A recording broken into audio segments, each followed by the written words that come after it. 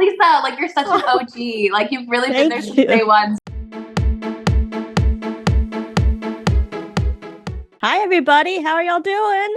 Hi, so good to see you. So good to see you. I love this seeing both of you. I feel like because I cover Disney so much, watching all of you graduate to something like this where you can just let it all out and have fun and you can scream whatever you want. What does that feel like? Kind of like aging up as yourself, aging up as a person and as an actor.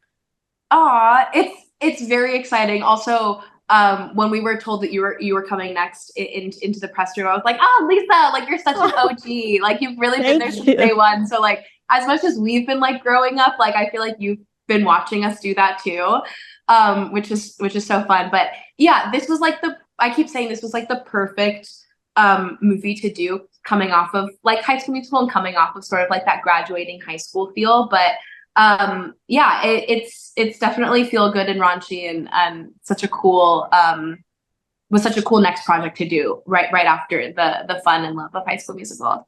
And I mean the same with the Zombies franchise, right? Like that's sort of the same thing that's been your entrance, and then now Terry, you're here and you're doing all these amazing projects. The Girl on the Bus, how does it feel like? Oh no, for sure. I'm really, really grateful because I love being part of Zombies. What an incredible franchise, and I'm very, grateful to it. And I was aware, like, because I'm gonna be 30, not in so soon, but eventually one day, So it's like you're aware, oh, like it would be cool to expand on that too, on top of it. And so it was really nice to, yes, do projects like The Girls on the Bus or Never Have I Ever, but also this one in particular. It feels like such a I love the movie format, honestly. And so I think it's just like a really fun, one night, sit down, grab some popcorn, get some friends, and you can like finish it and have your like whole experience with it. And I like that I get to be a part of this and kind of have it be a little bit of like a raunchier project that isn't too adult, but still like, you said it earlier, Julia, like it has a heart and humor of Disney still. I love it. And I'm a sucker for these kind of high school movies and all these tropes that you get. And like sometimes when I see a certain trope, I'm like, no matter whether the movie is good or bad or whatever it is, I'm like completely sold and I'm gonna have to watch it. What is your favorite kind of trope that, obviously it's overused, but like it doesn't matter because it just is something that you love? Ooh. Terry, you said earlier that you like actually are mostly drawn to dramas, which like same. Yeah, but I don't like I'm not a big comedy. I mean, there's plenty of drama tropes too when you think about it. Give me like a thought about it, to be honest. I've just been okay.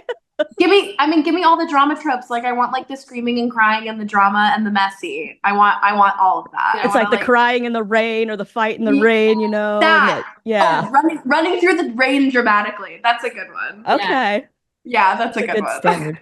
I love that. And I love these like slow motion moments, which is another good trope. But like obviously when you have that slow-mo moment and you see Terry and all that, and the song starts playing, what song in your life would be playing at a slow-mo moment? Kind of like that. Any kind of doesn't have to be a love moment, but just something that would like trigger a slow motion moment and a song that starts playing.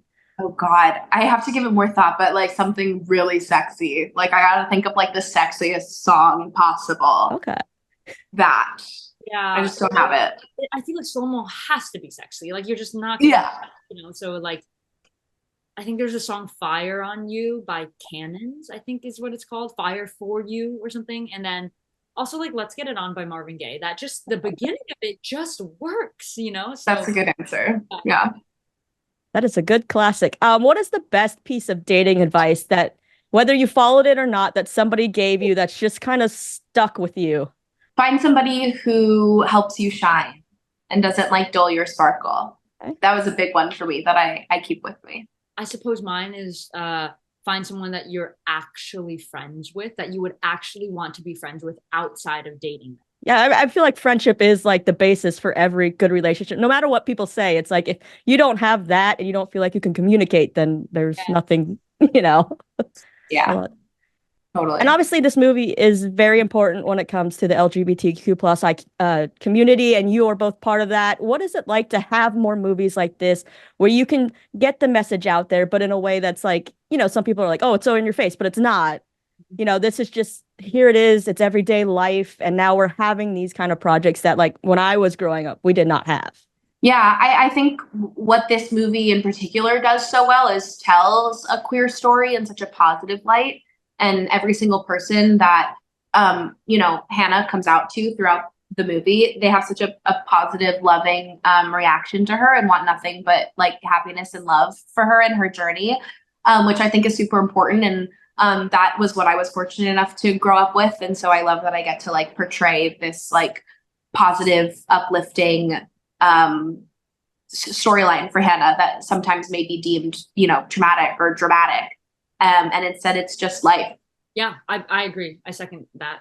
Just that it's really helpful to have representation that isn't just like traumatically centered or like, you know, centered around this traumatic coming out story and that sort of thing. That can sometimes be important, of course, but it's nice to just have the characters happen to be queer.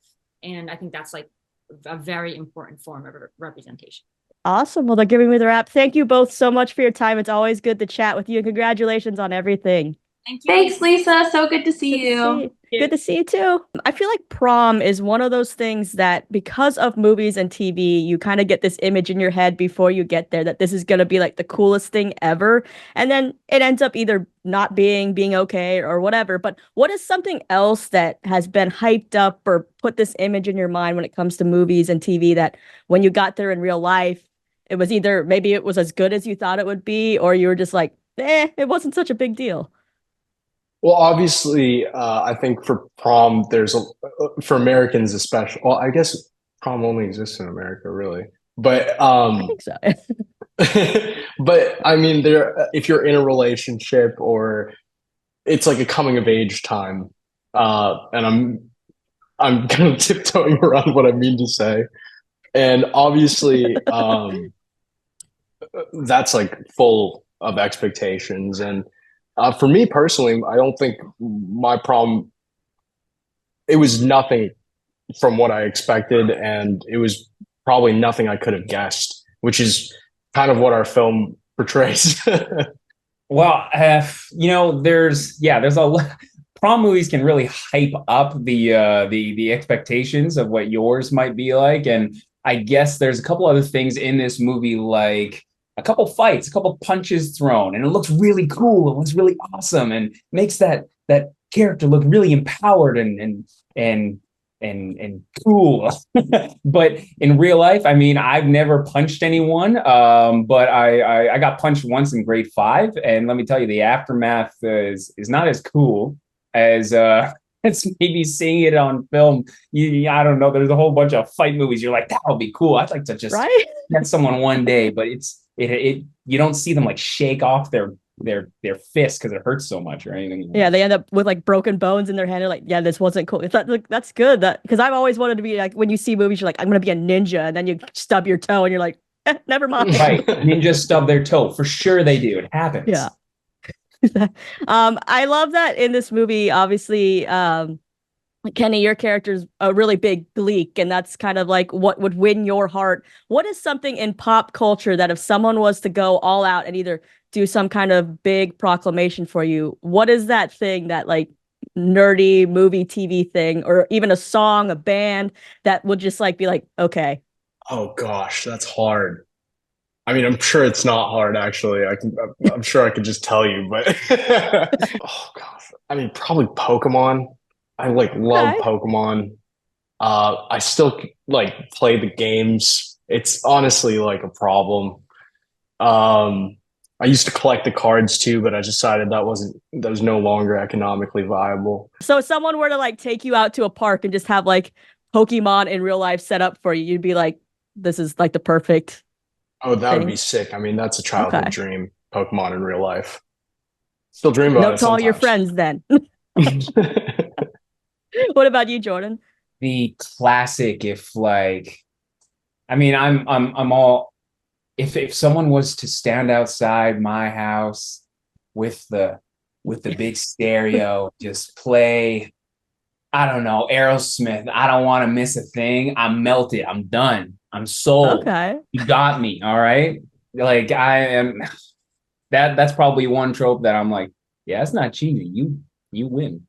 You're good. Classic. What is the best piece of dating advice that you've heard, whether you followed it or not, but it's like something that's stuck in your mind that you would maybe give somebody else? Something that's really stuck with me is, we can get so like caught up in like optimizing your life or anything like that. But I think for relationships and stuff, the best person is the person who loves you.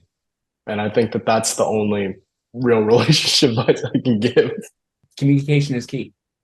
You can, even with people you disagree with, your relationships with those people or the people that you love, if you are able to communicate anything that's going on, if you want to choose to communicate with them, I think that is key. That is a key to evolving any relationship. If you want that relationship to last or keep moving forward, and there's a stalemate, people can choose to leave any kind of relationships because of a conflict or a fight, and they'll get out of there. Well, if you choose to leave, that means it doesn't mean that much to you. Oh, you don't like that? You idiot! He was gonna go to prom with me!